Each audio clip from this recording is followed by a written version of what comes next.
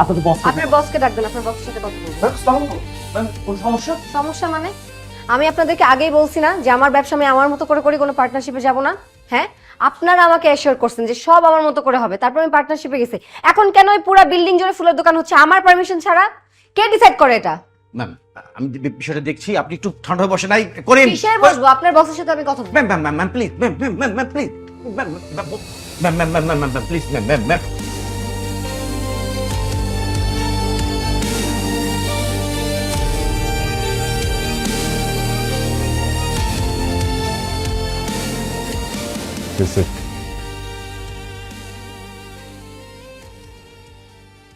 মতিন,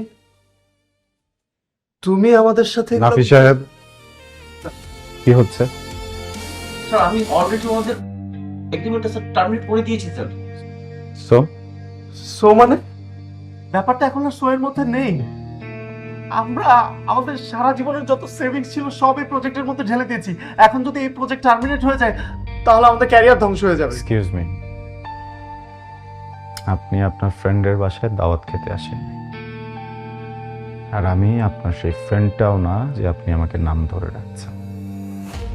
আপনি যখন আমাদের সাথে এগ্রিমেন্ট সাইন করেছিলেন সেখানে স্পষ্টভাবে লেখা ছিল কোনো কারণে যদি আপনাদের প্রোডাক্টের কোয়ালিটি আমাদের ঠিক না মনে হয় আমরা সেটা টার্মিনেট করব।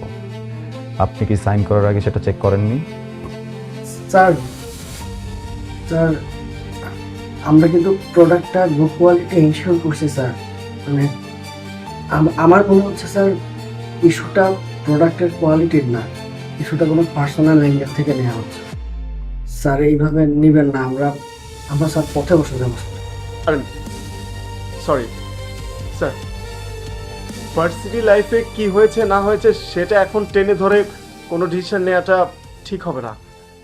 আমরা তো ভার্সিটি লাইফে অনেক কিছুই করেছি, আমরা মেনে নিচ্ছি আমরা যেটা করেছি সেটা ঠিক হয়নি, and we are sorry for that. কিন্তু প্লিজ মানে ওই জিনিসটার জেদ ধরে এই প্রজেক্টটা টার্মিনেট করবেন না। আমরা ধ্বংস হয়ে যাব। আমরা এখন আর ভার্সিটি লাইফে পড়ে নেই, আমাদের ফ্যামিলি আছে, আমাদের ক্যারিয়ার আছে, আমাদের সব কিছু শেষ হয়ে যাবে। দেখেন মতিন সাহেব, আমরা আপনাদের প্রোডাক্ট বুঝিয়ে দিয়েছি, আপনি যদি আমাদের পেমেন্টটা ক্লিয়ারলি না করেন তাহলে আমরা কিন্তু লিগ্যাল অ্যাকশনে যাব। তারপর তারপর কি করবি তুই? আমি যদি চাই এখানে দাঁড়িয়ে শুধু তোর প্রজেক্ট না তোর 14 গোষ্ঠী টার্মিনেট করে দেব। তারপর কি করবি তুই? নাফিস সাহেব,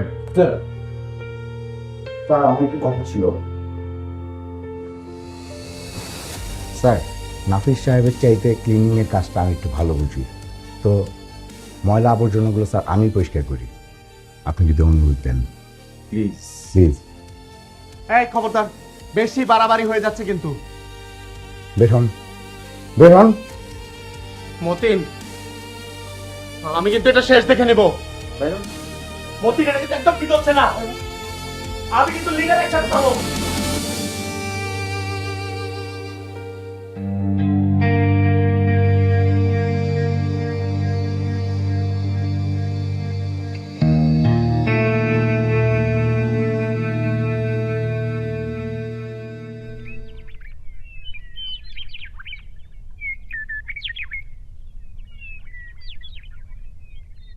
স্ট্রাগলার,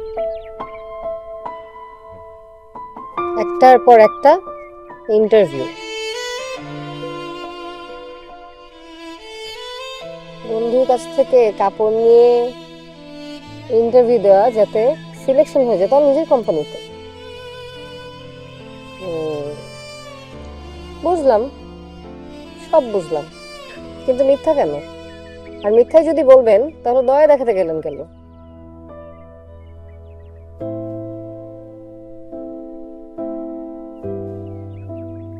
দয়া না,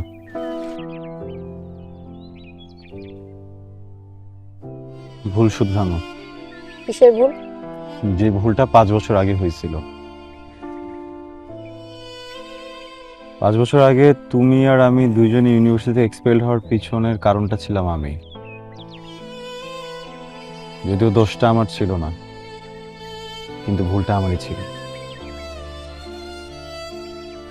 আমার ব্যক্তিগত সমস্যা দূর করার জন্য তুমি তোমার ক্যারিয়ারটা নষ্ট করে ফেলো।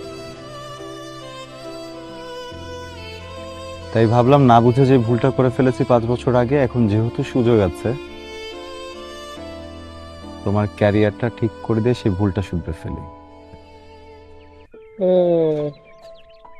বাহ, দাতা হাতেম তাই। আচ্ছা, বুঝলাম যে কিছু মানুষকে শিক্ষা দেওয়ার জন্য মিথ্যা বলতে হয়েছে।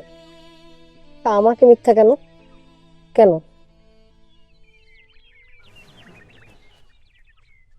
মিথ্যা বলার কারণ ভয়। কিসের ভয়? হারানোর ভয়।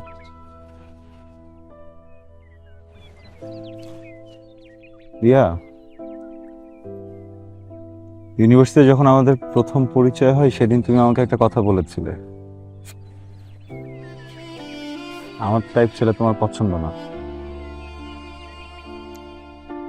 আমি খুব নর্মাল ভাবে নিয়েছিলাম, হতেই পারে। পৃথিবীতে তো আমি আর একটা মাত্র ছেলে না যাকে তোমার পছন্দ করতেই হবে, বা তুমি একটা মাত্র মেয়েই না যাকে আমার পছন্দ করতেই হবে। কিন্তু বন্ধুত্বের দিন যত বাড়তে লাগলো আমার ভেতরের অনুভূতিটাও কেমন যেন পাল্টাতে লাগলো।